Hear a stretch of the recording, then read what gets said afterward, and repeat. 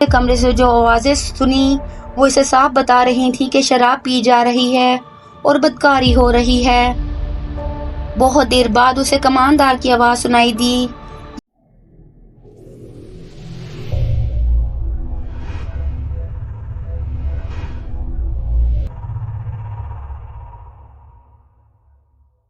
السلام علیکم ہمارے پیارے ناظرین، میں امید کرتی ہوں کہ آپ سب خیریت سے ہوں گے۔ جیسا کہ آپ جانتے ہیں، ہم آپ سے صلاح الدین ایوبی کے جنگی محاذ، عورت اور ایمان کی مارکہ آرائیاں بیان کر رہے ہیں۔ تو آئیے ناظرین، داستان شروع کرتے ہیں۔ علی بن سفیان قاہرہ پہنچ گیا۔ وہ جن کے تعاقب میں گیا تھا ان کا اس سے آگے کوئی سراغ نہیں مل رہا تھا۔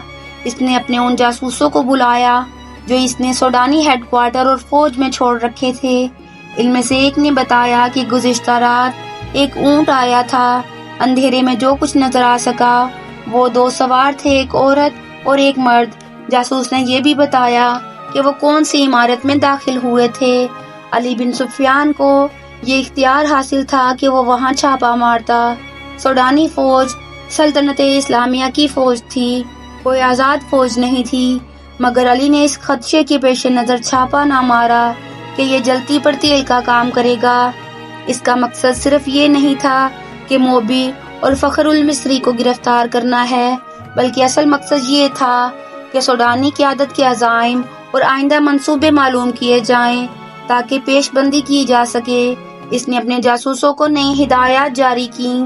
جاسوسوں میں غیر مسلم لڑکیاں بھی تھیں جو عیسائی یا یہودی نہیں تھی۔ یہ قحبہ خانوں کی بڑی ذہین اور تیز ترار لڑکیاں تھیں، مگر علی بن سفیان نے ان پر کبھی 100% بھروسہ نہیں کیا تھا، کیونکہ وہ دوگلا کھیل بھی کھیل سکتی تھی۔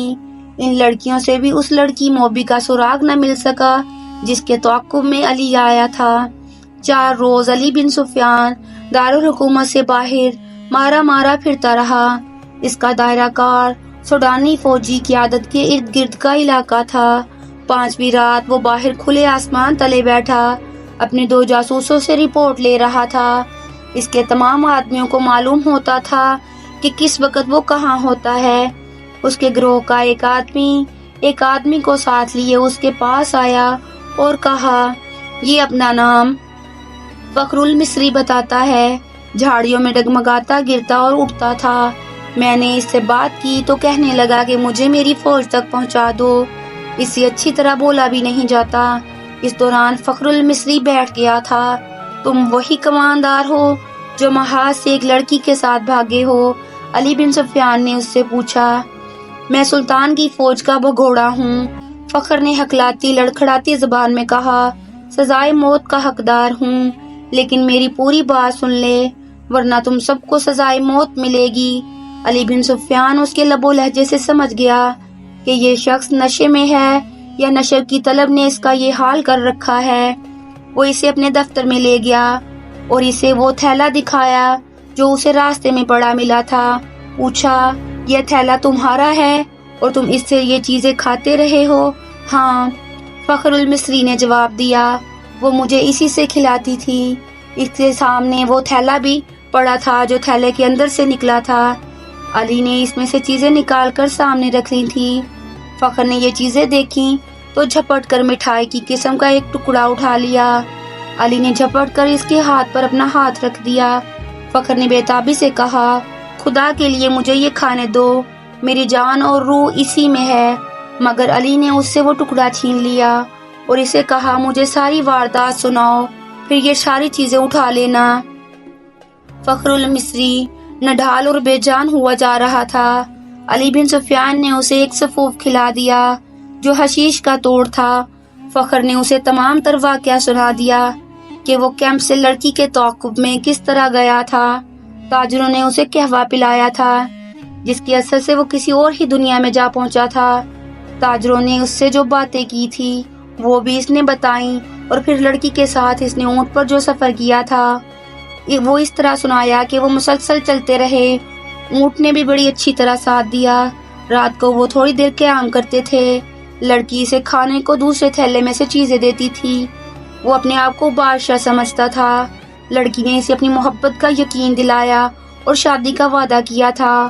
اور شرط یہ رکھی تھی کہ وہ اسے سوڈانی کمانداروں کے پاس پہنچا دے۔ وہ راستے میں ہی لڑکی کو شادی کے بغیر بیوی بنانے کی کوشش کرتا رہا، لیکن لڑکی اسے اپنی باہوں میں لے کر پیار اور محبت سے ایسے ارادے اور خواہش کو مار دیتی۔ فخری نے محسوس تک نہ کیا کہ لڑکی اسے حشیش اور اپنے حسن و شباب کے قبضے میں لیے ہوئے ہے۔ تیسرے پڑاؤ میں جب انہوں نے کھانے پینے کے لیے اونٹ روکا تو تھیلا غائب پایا جو اونٹ کے دوڑنے سے کہیں گر پڑا تھا۔ لڑکی نے اسے کہا کہ واپس چل کر تھیلا ڈھونڈ لیتے ہیں، لیکن فخر المصری نے کہا کہ وہ بھگوڑا فوجی ہے، خدشہ ہے کہ اس کا تعاقب ہو رہا ہوگا۔ لڑکی ضد کرنے لگی کہ تھیلا ضرور ڈھونڈیں گے۔ فخر نے اسے یقین دلا دیا کہ بھوکا مرنے کا کوئی خطرہ نہیں، راستے میں کسی آبادی سے کچھ لے لیں گے، مگر لڑکی آبادی کے قریب جانا نہ چاہتی تھی اور کہتی تھی کہ واپس چلو۔ فخر المصری نے اسے زبردستی اونٹ پر بٹھا لیا اور اس کے پیچھے بیٹھ کر اونٹ کو اٹھایا اور دوڑایا۔ وہ سفر کی تیسری رات تھی۔ اگلی شام وہ شہر سے باہر سوڈانیوں کے ایک کماندار کے ہاں پہنچ گئے، مگر فخر المصری اپنے سر کے اندر ایسی بے چینی محسوس کرنے لگا جیسے کھوپڑی میں کیڑے رینگ رہے ہوں۔ آہستہ آہستہ وہ حقیقی دنیا میں آ گیا۔ وہ سمجھ نہ سکا کہ یہ حشیش نہ ملنے کا اثر ہے۔ اس کی تصوراتی بادشاہی اور ذہن میں بسائی ہوئی جنت تھیلے میں کہیں ریگزار میں گر گئی تھی۔ لڑکی نے اس کے سامنے کماندار کو صلیبیوں کا پیغام دیا اور اسے بغاوت پر اکسایا۔ فخر پاس بیٹھا سنتا رہا اور اس کے ذہن میں کیڑے بڑے ہو کر تیزی سے رینگنے لگے۔ نشہ اتر چکا تھا۔ اسے یاد آنے لگا کہ وہ محاذ سے بھاگ آیا ہے۔ لڑکی کو یہی خوش فہمی ہوگی کہ فخر پر نشہ طاری ہے، چنانچہ اس نے بے خوف و خطر کماندار سے یہ بھی کہہ دیا کہ سلطان ایوبی اور علی بن سفیان کے درمیان یہ غلط فہمی پیدا کرنی ہے کہ وہ ظاہری طور پر نیک بنے پھرتے ہیں، مگر عورت اور شراب کے دل دادا ہیں۔ ان کی اس طویل گفتگو میں بغاوت کی باتیں بھی ہوئیں۔ اس وقت تو فخر المصری پوری طرح بیدار ہو چکا تھا، لیکن سر کے اندر کی بے چینی اسے بہت پریشان کر رہی تھی۔ لڑکی نے کماندار سے کہا کہ اگر بغاوت کرنی ہے تو وقت ضائع نہ کرے، سلطان ایوبی محاذ پر ہے اور الجھا ہوا ہے۔ لڑکی نے یہ جھوٹ بولا کہ صلیبی 3-4 دنوں بعد دوسرا حملہ کرنے والے ہیں۔ سلطان ایوبی کو یہاں سے بھی فوج محاذ پر بلانی پڑے گی۔ کماندار نے لڑکی کو بتایا کہ 6-7 دنوں تک سوڈانی لشکر یہاں کی فوج پر حملہ کر دے گا۔ فخر یہ ساری گفتگو سنتا رہا۔ آدھی رات کے بعد اسے الگ کمرے میں بھیج دیا گیا جہاں اس کے سونے کا انتظام تھا۔ لڑکی اور کماندار دوسرے کمرے میں رہے۔ درمیان میں دروازہ تھا جو بند کر دیا گیا۔ اسے نیند نہیں آ رہی تھی۔ اس نے دروازے کے ساتھ کان لگائے تو اسے ہنسی کی آوازیں سنائی دی۔ پھر لڑکی کے یہ الفاظ سنائی دیے، اسے حشیش کے زور پر یہاں تک لائی ہوں اور اس کی محبوبہ بنی رہی ہوں۔ مجھے ایک محافظ کی ضرورت تھی۔ حشیش کا تھیلا راستے میں گر پڑا ہے۔ اگر صبح اسے ایک اور خوراک نہ ملی تو یہ پریشان کرے گا۔ اس کے بعد فخر نے دوسرے کمرے سے جو آوازیں سنی وہ اسے صاف بتا رہی تھی کہ شراب پی جا رہی ہے اور بدکاری ہو رہی ہے۔ بہت دیر بعد اسے کماندار کی آواز سنائی دی، یہ آدمی اب ہمارے لیے بیکار ہے، اسے قید میں ڈال دیتے ہیں یا ختم کرا دیتے ہیں۔ لڑکی نے اس کی تائید کی۔ فخر المصری پوری طرح بیدار ہو گیا اور وہاں سے نکل بھاگنے کی سوچنے لگا۔ رات کا پچھلا پہر تھا۔ وہ اس کمرے سے نکلا۔ اس کا دماغ ساتھ نہیں دے رہا تھا۔ کبھی تو دماغ صاف ہو جاتا مگر زیادہ تر معاف رہتا۔ صبح کی روشنی پھیلنے تک وہ خطرے سے دور نکل گیا تھا۔ اسے اب دوسرے تعاقب کا خطرہ تھا۔ دونوں طرف اسے موت نظر آ رہی تھی۔ اپنی فوج کے ہاتھوں گرفتار ہو جاتا تو بھی مجرم تھا، اور اگر سوڈانی پکڑ لیتے تو فوراً قتل کر دیتے۔ وہ دن بھر فرونوں کے کھنڈروں میں چھپا رہا۔ حشیش کی طلب، خوف اور غصہ اس کے جسم اور دماغ کو بیکار کر رہا تھا۔ رات تک وہ چلنے سے بھی معذور ہوا جا رہا تھا۔ پھر اسے یہ احساس نہ رہا کہ دن ہے یا رات اور وہ کہاں ہے۔ اس کے دماغ میں یہ ارادہ بھی آیا کہ اس عیسائی لڑکی کو جا کر قتل کر دے۔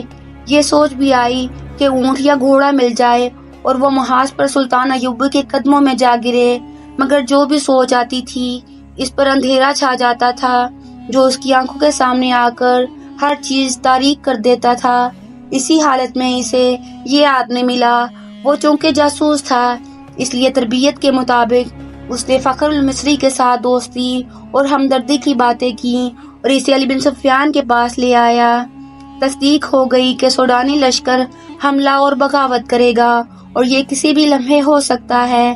علی بن سفیان سوچ رہا تھا کہ مقامی کمانڈروں کو فوراً چکن نہ کرے اور سلطان ایوبی کو اطلاع دے، مگر وقت ضائع ہونے کا خطرہ تھا۔ اتنے میں اسے پیغام ملا کہ صلاح الدین ایوبی بلا رہے ہیں۔ وہ حیران ہو کر چل پڑا کہ سلطان تو محاذ پر چھوڑ آیا ہے۔ وہ سلطان ایوبی سے ملا تو سلطان نے بتایا، مجھے اطلاع مل گئی تھی کہ ساحل پر صلیبی جاسوسوں کا ایک گروہ موجود ہے اور ان میں سے کچھ ادھر بھی آ گئے ہوں گے۔